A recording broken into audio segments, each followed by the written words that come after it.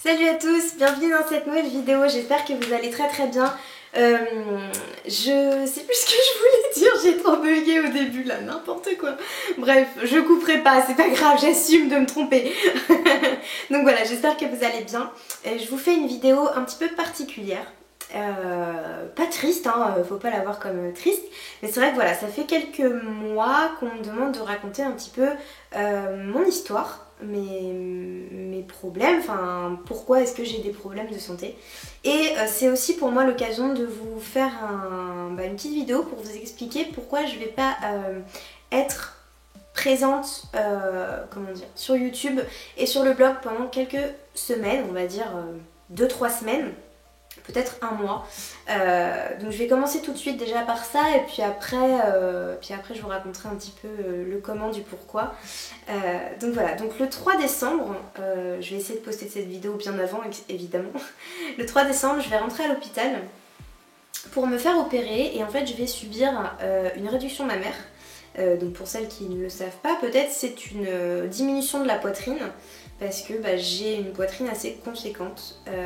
Faut savoir que je fais 1m40, donc je suis toute petite et que sur 1m40, une grosse poitrine, c'est déjà pas très beau, je trouve, et c'est surtout que ça fait très mal au dos.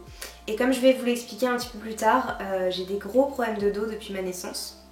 Notamment une scoliose. Et du coup, voilà, avoir une forte poitrine, ça pèse lourd. Et sur une colonne vertébrale qui est déjà sensible, voilà, ça fait pas du bien. Donc voilà, ça fait quelques années que j'y pense. Et là, je me suis enfin lancée parce que avec les études, c'était pas forcément évident de trouver du temps pour faire cette opération qui n'est quand même pas anodine parce que bon, c'est de la chirurgie esthétique. Il y a une anesthésie générale, donc voilà, il faut s'attendre à ce qu'il y ait des problèmes. Ça arrive rarement, mais ça peut arriver. Donc voilà, j'ai fait un article sur le blog où vraiment j'ai tout détaillé, la procédure, combien ça coûte, etc. Donc je vais pas m'aventurer là-dedans parce que j'ai pas mes notes et je voudrais vraiment pas dire de bêtises, c'est quand même un sujet assez précis. Et donc je vous mettrai l'article du blog en barre d'infos et juste ici parce que pour celles qui peut-être se posent des questions, qui voudraient sauter le pas, ça peut aider. Et du coup voilà, je ferai une update sur le blog et dites-moi en commentaire si vous voulez une vidéo première impression, nouvelle poitrine après l'opération, évidemment quelques semaines après, je vais pas vous le faire dès mon retour du blog. Et salut, ça va bien, merci de demander. Donc voilà, je vous ferai une vidéo si vous le voulez, mais surtout un article sur le blog où je vous expliquerai comment ça se passe après l'opération, quelles sont les douleurs, comment faire avec le pansement, etc. Et voilà pour ça. Donc c'est pour ça que je vais être absente quelques semaines, parce qu'évidemment à l'hôpital ça va pas être facile, je risque d'avoir quelques douleurs. Et puis les semaines à venir vont être un petit peu en convalescence. Il va y avoir un petit peu de rééducation parce que c'est normal, on ne peut pas lever les bras trop pendant quelques semaines. Voilà, il y a des positions qui sont plus faciles que d'autres après ce type d'opération. Du coup, je vais essayer de faire au mieux, mais je vous avoue que voilà, ça va revenir tout petit à petit. Je resterai bien sûr disponible sur les réseaux sociaux, il n'y a pas de souci par rapport à ça. Il suffit que j'ai de la 3G et je répondrai à tous vos messages comme d'habitude, ça vous pouvez en être sûr et certaine et certain. Je ne serai pas bien si je ne peux pas vous parler, vous répondre, etc. Donc il n'y a pas de souci. Donc voilà pour ça, la petite parenthèse réduction de poitrine est terminée. Pour celles qui se demandent, ça ne me fait pas peur. Comme vous allez le voir après par la suite de la vidéo, c'est loin d'être ma première opération. Du coup, c'est même une opération que je désire et que j'attends avec beaucoup d'impatience parce que j'ai très mal au dos. Et voilà, j'ai hâte et elle me fait pas peur. Donc voilà, j'ai hâte de la faire et c'est tout. d'être débarrassée, de me trouver dans un corps qui m'ira bien et surtout de ne plus avoir autant de douleurs. Ensuite, il y a pas mal d'entre vous, évidemment depuis quelques mois j'ai posté un lookbook, donc c'était le lookbook d'été, mais même avant cela, quelques-unes d'entre vous avaient remarqué que j'avais une béquille. Et vous avez l'œil, hein. Et du coup après j'ai posté donc le lookbook où on me voyait en entier, donc forcément vous avez été nombreuses à me demander ce que j'avais. Très gentiment d'ailleurs, j'ai trouvé que vous aviez beaucoup de tact pour demander des choses, voilà, que vous compreniez si je n'avais pas envie de répondre, etc. Donc je vous remercie déjà d'avoir fait ça avec gentillesse et tact, parce que bah, c'est pas donné à tout le monde. Donc je suis très contente d'avoir des abonnés aussi attentionnés avec moi, ça m'a fait beaucoup plaisir. Donc comment vous expliquer sans que la vidéo dure 1000 ans, je suis née avec des problèmes de santé. Il faut savoir que pendant la grossesse de ma maman, son gynécologue en fait lui a menti pour des raisons que seul lui connaît, hein, évidemment. Il lui a dit que pendant toute sa grossesse j'allais très bien, que j'allais être un très beau bébé, en parfaite santé, etc. Mais le jour de la naissance, il s'est avéré que bah, j'étais un très beau bébé, mais pas du tout en bonne santé. Je suis née avec un syndrome polymalformatif.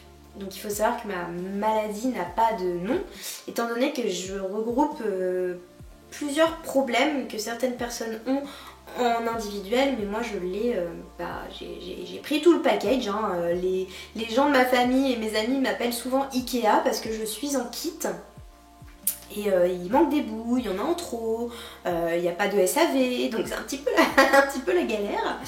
Et donc je suis née avec plein de soucis, un gros problème au dos, donc une scoliose, c'est un fait. Mais j'avais surtout les vertèbres en vrac, les disques lombaires, donc c'est ce qui maintient en fait votre colonne vertébrale. On est censé en avoir 5, moi il faut savoir que à l'heure actuelle je n'en ai plus qu'un. Donc il faut vraiment que j'en prenne soin, que j'évite de l'abîmer. C'est aussi pour ça que je vais faire la réduction mammaire, parce que voilà, le moindre poids en trop sur ma colonne, c'est pas bon. J'ai aussi un seul rein, j'ai des problèmes, ce qu'on appelle viscéral, des problèmes viscéraux. Ça veut dire que c'est à l'intérieur, donc vraiment au niveau des organes. Je vais pas rentrer dans les détails parce que même moi, je vous avoue que je connais pas les tenants et les aboutissants de certains trucs. Je vais pas non plus vous lire mon carnet de santé parce que c'est pas intéressant pour vous, c'est très technique, très médical. Et voilà, je peux comprendre qu'en plus de ça, ça soit pas facile à écouter pour certaines. Donc voilà, je n'ai qu'un rein parce que je suis née, l'autre en fait ne fonctionne absolument pas. Donc mon rein unique fonctionne pour les deux. Je n'ai pas de dialyse, j'ai vraiment cette chance, c'est que pour l'instant mon rein unique marche très bien. J'en prends soin, j'essaye de boire beaucoup d'eau, etc. parce que sinon ça risque d'être un petit peu la merde, hein, comme on dit. Et c'est surtout au niveau du dos et de ma jambe droite. Comme vous avez pu le voir dans mes vidéos, j'ai une jambe atrophiée, étant donné que j'ai ma jambe gauche en fait qui est complètement normale, qui supporte tout le poids de mon corps, et ma jambe droite qui est là sans être là, étant donné qu'elle est complètement bloquée. Je ne peux pas plier le genou, je ne peux pas plier la cheville, je peux juste bouger un tout petit peu les orteils. C'est pas de la paralysie, c'est un choix volontaire des médecins. En fait, ils m'ont bloqué, ils ont décidé de me bloquer la jambe, sinon ça risquerait de faire comme une éponge en fait, comme un Scooby-Doo quoi. J'aurais pas pu marcher, clairement, s'ils ne m'avaient pas bloqué la jambe, je n'aurais pas pu marcher. Donc voilà, grâce à toutes ces techniques médicales, j'ai pu marcher, j'ai pu avoir une vie quasiment normale. J'ai vraiment pas du tout à me plaindre, j'ai tellement de chance. Dans mon malheur en fait, j'ai de la chance, c'est que je pense que je ne serais pas celle que je suis si j'avais pas eu ce souci là. Et c'est difficile, c'est fou parce que j'en parle tout le temps, mais là ça me fait tout bizarre. Je pense que voilà, mon caractère, je le tiens, je l'ai parce que j'ai eu ce problème-là, qu'il a fallu que je surmonte des épreuves, parce que j'ai eu grosso modo 35-40 opérations. C'est pas facile quoi, j'ai passé beaucoup de mois à l'hôpital, j'ai une scolarité un peu en dents de scie, parce que quand j'étais pas à l'école, j'étais à l'hôpital, fallait que je rattrape les cours. Quand j'étais en rééducation aussi, donc c'était pas facile, mais dans tout ça j'ai eu la chance d'avoir une famille extraordinaire, très présente, qui m'a soutenue dans ses moindres épreuves. Et surtout, j'ai eu la chance d'avoir des amis en or qui me suivent depuis de nombreuses années. Et je pense que on en parlait il n'y a pas très longtemps avec ma maman. Aujourd'hui, j'ai l'impression que les jeunes sont moins tolérants qu'à mon époque. Je suis pas très vieille, mais... Et moins tolérants, moins ouverts et plus méchants. C'est en tout cas la remarque que je me fais en voyant certaines... comment dire, certaines connaissances qui sont actuellement au collège ou à l'école et qui me disent oui, je me suis fait embêter, machin, on m'a insulté. Et moi je me dis mais j'aurais pas pu être au collège à l'heure actuelle parce que c'est pas possible quoi. Et donc là où je voulais en venir, c'est que j'ai eu la chance, c'est d'être dans un collège ou dans une école primaire, dans un collège, dans un lycée où les gens étaient adorables. Je vous jure que j'ai quasiment jamais eu de méchanceté. La méchanceté, elle venait d'adultes, pas des enfants. Les enfants ont toujours été curieux, c'est normal, mais jamais méchants. En tout cas, je m'en souviens pas. Par contre, les adultes, oui. Du coup, si les adultes sont méchants, ils éduquent leurs enfants d'une façon étrange. Et les enfants comprennent que, voilà, ils reproduisent un peu le schéma de comment ils voient les adultes avec qui ils sont H24, c'est normal. Donc c'est pas tant de leur faute que ça, mais... Donc voilà. Donc ça fait, voilà, c'est pas facile à parler, c'est pas un sujet, j'ai pas voulu faire de notes, de papier, genre point A, machin, point B, truc muche. Du coup voilà, je suis désolée si je me perds un peu dans mes idées. C'est peut-être pas une vidéo très joyeuse, vous avez l'habitude de me voir un petit peu plus wouh, super. Mais je pense que c'était une vidéo un petit peu nécessaire à faire parce que bah voilà, c'est normal, vous êtes curieux de savoir ce que j'ai. Voilà, je voulais aussi dédramatiser un petit peu la situation, vous dire que c'est pas... comment dire, c'est pas grave, c'est grave sur le papier, c'est voilà, c'est pas facile à vivre tous les jours, j'ai des douleurs constamment, je prends des médicaments, je vais à l'hôpital, voilà, j'ai un suivi régulier, je ne me plains que quand il faut vraiment se plaindre, je sais pas trop comment expliquer, mais si je devais me plaindre à chaque fois que j'ai mal quelque part, mais déjà moi je me saoulerais, déjà quand je me plains je me saoule, alors je saoulerais d'autres personnes et j'aurais pas d'amis, et voilà, tout le monde aurait marre de moi. Et voilà, donc c'est pas intéressant, c'est pas ce que je veux, c'est absolument pas ce que je cherche. Je voulais aussi faire cette vidéo pour dédramatiser parce que je veux pas qu'on me dise oh ma pauvre, non c'est pas grave, il y a tellement pire, il y a tellement pire dans tout, dans le monde, il y a tellement pire que ça, enfin je vous assure, j'ai eu la malchance de naître avec des problèmes, mais ça arrive à tellement de personnes qu'au final qui suis-je pour dire oui mais moi c'est tellement plus intéressant que les autres, tu vois, non vraiment pas. Donc voilà, après je pense que oui ça m'a faite telle que je suis, ça m'a aidée et c'est difficile à dire, est-ce que j'aurais voulu naître normale, je sais pas, je peux pas le savoir en fait, ça se trouve j'aurais été la pire des imbéciles, des égoïstes, des filles méchantes si j'avais été normale. Et en plus, qu'est-ce que c'est être normale? Enfin, je veux dire, là, on part dans un grand débat, mais moi, j'ai l'impression d'être normale. Et... Enfin, normale... j'ai l'impression d'être comme tout le monde, en fait. Et du coup, même mes amis le voient comme ça, même ma famille, je pense que je transpire pas la souffrance quoi quand on me voit. Ça m'est même déjà arrivé de marcher avec mes amis dans la rue et qu'on me dise bon Clem, t'avances un peu, t'es lente. Mais 2 secondes, je suis fatiguée, j'ai une béquille. Ils l'oublient un peu des fois et après ils se disent oh merde pardon, désolée, prends ton temps, y a pas de souci. Je fais non mais ça va, c'est pas grave, mais si on pouvait ralentir un petit peu, ça m'arrangerait quand même. Voilà, j'essaye de faire comme tout le monde, j'ai essayé de faire du sport, donc je peux pas faire tous les sports, hein, mais j'ai essayé de faire un maximum de choses. Et voilà, je suis contente de la vie que j'ai aujourd'hui, j'ai un chéri merveilleux, j'ai une famille géniale, des amis en or et quoi de mériter, enfin quoi demander de plus depuis que je vous ai. En plus vous, c'est le comble quoi, c'est génial et je suis tellement contente de vous avoir, d'avoir ce soutien tous les jours. Du coup voilà, si vous voulez approfondir le sujet avec des questions peut-être un peu plus précises, voilà, sachez que c'est pas du tout tabou. Évidemment il y a des choses que je préfère garder pour moi, c'est normal, c'est aussi un petit peu mon jardin secret et puis il y a des choses qui se divulguent pas forcément sur internet. Mais voilà, si vous avez besoin d'une vidéo un peu plus précise où j'ai envie de vous parler pourquoi pas un Draw My Life ou quelque chose comme ça. Si ça vous intéresse, mettez-le moi en commentaire. Ça me ferait plaisir de vous parler de tout ça. Tout ce que je voulais vous dire dans cette vidéo, je pense vous l'avoir dit, que voilà, j'ai des problèmes à la jambe, au dos, interne. Et voilà, c'est plus compliqué que ça sur le papier, mais voilà, je voudrais que ça reste... je voudrais pas que ça change quelque chose, je voudrais pas que vous vous disiez oh la pauvre, non, parce que voilà. Je pense que vous avez vu d'après toutes mes vidéos que je suis pas ce genre de fille là, je suis une fille qui rigole tout le temps, je suis vraiment comme ça dans la vie, vous pouvez en être sûr, sauf quand je parle de sujets un peu plus graves comme là forcément. Et voilà, faut que vous gardiez cette image là de moi parce que c'est qui je suis vraiment comme ça dans la vraie vie, un boubou. Oui, c'est vrai. et voilà, c'est le plus important.